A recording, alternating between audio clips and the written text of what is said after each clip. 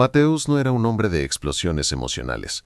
Como auditor senior en una de las consultoras más grandes de Sao Paulo, su vida estaba marcada por la lógica, el control de riesgos y la evidencia que no admitía discusión.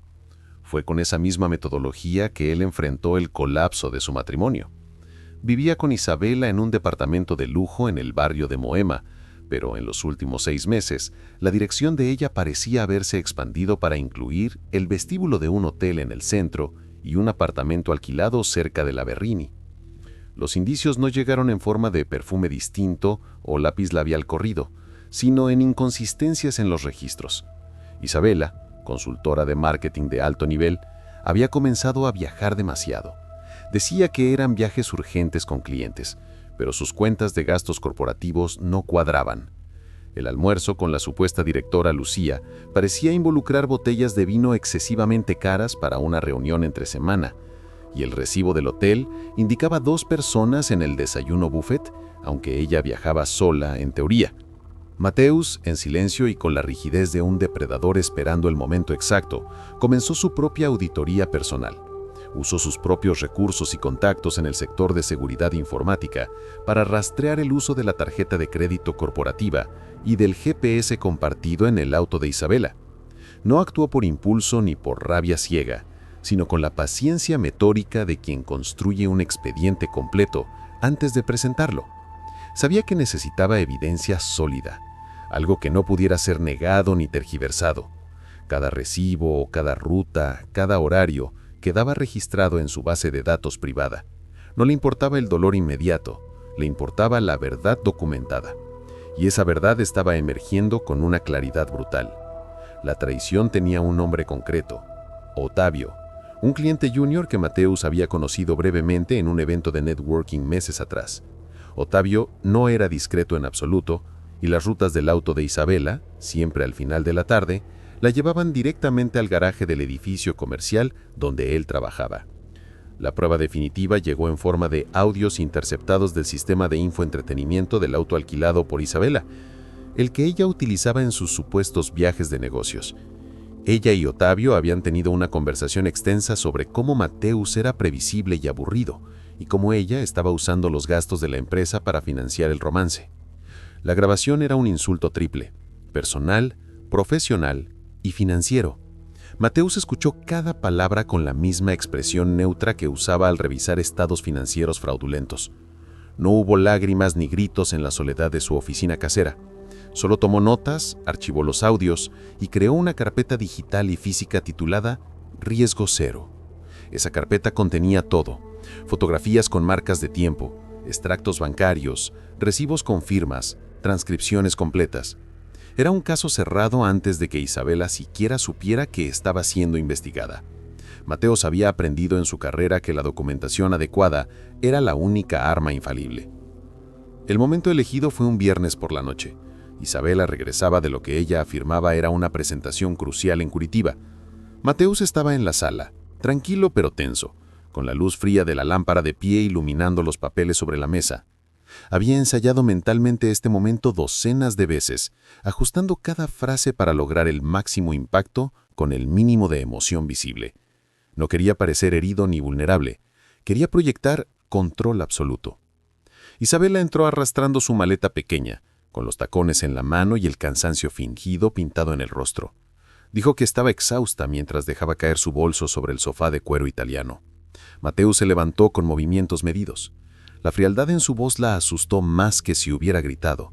Le dijo sin rodeos que no se preocupara por el cansancio, porque su sociedad había terminado. El color desapareció del rostro de ella. Instantáneamente, Isabela intentó una sonrisa nerviosa y preguntó de qué estaba hablando, como si pudiera desactivar la situación con confusión fingida. Mateus deslizó una carpeta de cuero negro sobre la mesa de centro de vidrio templado. Dentro no había solo fotos y mensajes interceptados, sino copias de todos los recibos fraudulentos y una transcripción completa del audio del auto.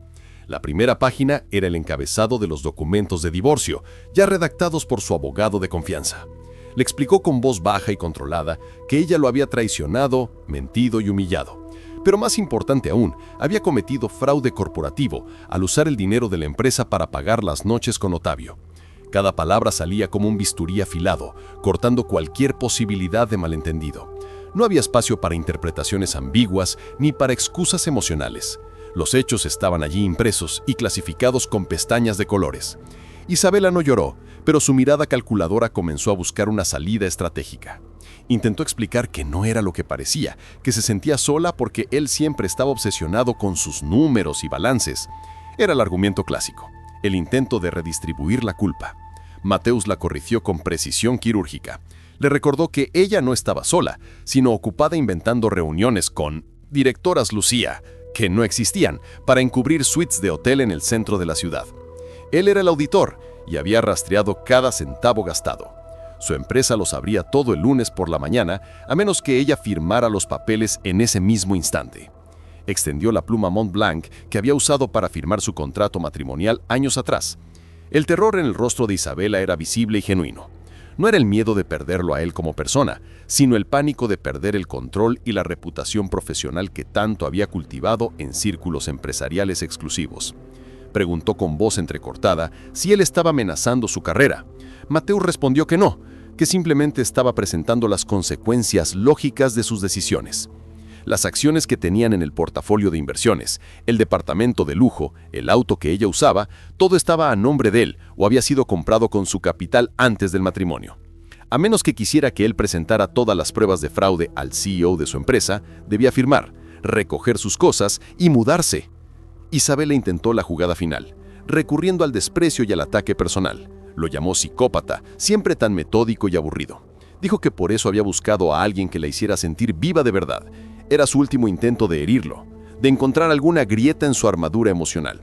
Mateus simplemente asintió, como si aquello fuera solo una evidencia más que catalogar en su informe mental. Le respondió con calma que estaba en lo correcto, y que ahora ella estaría libre para sentirse viva, pero sin la red de seguridad financiera y social que él había proporcionado durante años. Señaló los documentos con un gesto breve y le ordenó firmar. No había negociación posible. No había segunda oportunidad ni espacio para el arrepentimiento tardío. Los términos eran claros. Ella perdía casi todo y él recuperaba su vida. La mano de Isabela temblaba visiblemente cuando tomó la pluma. Ni siquiera leyó los documentos, solo garabateó su nombre en las líneas marcadas, rindiéndose a la inevitabilidad de su derrota total. Mateus pronunció una sola palabra: terminado. Recogió la carpeta con los documentos firmados e informó que quería verla a ella y a todas sus pertenencias fuera del departamento antes del mediodía del sábado. Le advirtió que no intentara regresar, porque la clave digital de acceso sería desactivada automáticamente. No hubo drama adicional, no hubo gritos ni portazos, solo la ejecución fría de un plan perfectamente diseñado. Se dio vuelta y caminó hacia el dormitorio principal, dejándola sola en la sala de estar, enfrentando el reflejo frío de su propia imagen en el vidrio de la mesa. El silencio que siguió no era pesado ni asfixiante, sino limpio y definitivo. Era el silencio de una ecuación resuelta, de un caso cerrado. Mateus no sentía rabia en ese momento, ni siquiera satisfacción vengativa. Solo experimentaba la claridad amarga de un trabajo bien ejecutado, de una auditoría completada con éxito. Había sobrevivido a la tormenta usando las mismas herramientas que usaba en su trabajo diario. La auditoría de su vida personal había arrojado un resultado preciso. El daño había sido contabilizado, clasificado y archivado. El saldo final, después de todos los ajustes necesarios, era exactamente cero. No quedaban deudas emocionales pendientes ni asuntos sin resolver. Isabela había sido eliminada de su balance personal con la misma eficiencia con la que él eliminaba partidas irregulares de los estados financieros corporativos. Mateus se sentó en el borde de la cama y miró por la ventana hacia las luces de Sao Paulo. La ciudad seguía moviéndose, indiferente a los pequeños dramas humanos que ocurrían en sus miles de departamentos de lujo. Respiró profundo, sintiendo por primera vez en meses que podía llenar completamente sus pulmones. El peso que había cargado durante la investigación secreta finalmente se había levantado. Abrió su laptop y actualizó su agenda personal, eliminando todos los compromisos sociales que involucraban a Isabela. Era un acto simbólico pero necesario. Mañana comenzaría el proceso de reconstrucción, pero esta noche simplemente disfrutaría del silencio limpio de un problema resuelto. Al día siguiente, cuando regresó de su clase de tenis matutina, el departamento estaba vacío. Isabela había cumplido con eficiencia sorprendente, llevándose solo lo que era indiscutiblemente suyo. No dejó nota ni intentó una última conversación. Mateus caminó por las habitaciones, notando los espacios vacíos donde antes había fotos enmarcadas y objetos decorativos. Abrió las ventanas para que entrara aire fresco y comenzó a reorganizar los muebles. Llamó a una empresa de limpieza profunda para el lunes. También contactó a su abogado para confirmar que los documentos firmados estaban siendo procesados correctamente. Cada paso era metódico. Cada decisión estaba fundamentada en la lógica práctica. No había espacio para la nostalgia ni para las dudas de último minuto. Preparó un café expreso en la máquina italiana que siempre había sido suya y se sentó en el balcón. Desde allí podía ver el parque Ibirapuera a la distancia, con sus árboles verdes formando un oasis en medio del concreto. Se dio cuenta de que no extrañaba a Isabela en absoluto. Lo que extrañaba era la idea de lo que pensó que tenían, pero esa idea había sido una ilusión cuidadosamente construida. Las semanas siguientes trajeron la confirmación de que había tomado la decisión correcta. La empresa de Isabela inició una investigación interna después de que Mateus, cumpliendo su palabra, enviara copias seleccionadas de la evidencia al Departamento de Cumplimiento Corporativo. Isabela fue suspendida y eventualmente renunció antes de ser despedida formalmente. Otavio, el amante junior, también enfrentó consecuencias profesionales al quedar expuesto su papel en el asunto. Mateus no sintió placer particular en estas noticias, solo la satisfacción abstracta de que el sistema funcionara correctamente. La justicia, cuando estaba respaldada por documentación sólida, tendía a prevalecer. Comenzó a salir ocasionalmente con colegas del trabajo, redescubriendo aspectos de su vida social que había descuidado durante el matrimonio. Retomó su membresía en el club de inversores y asistió a conferencias sobre nuevas regulaciones fiscales. Su vida adquirió un ritmo diferente, más enfocado en sus propios intereses y desarrollo profesional. No buscaba activamente una nueva relación.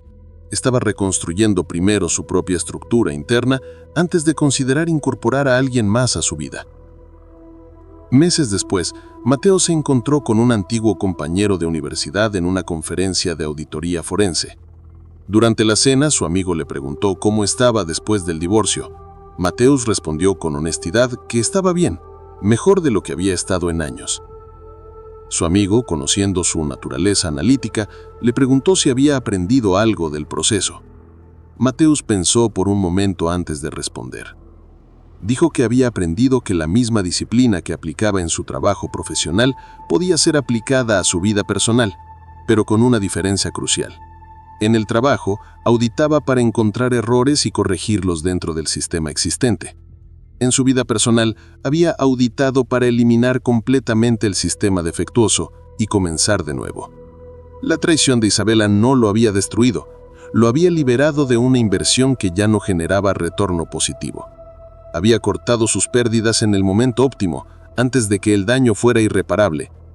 Su amigo levantó su copa en un brindis silencioso, reconociendo la sabiduría contenida en esas palabras. Mateus sonrió levemente, sintiéndose en paz con su decisión y con el futuro que ahora se abría ante él.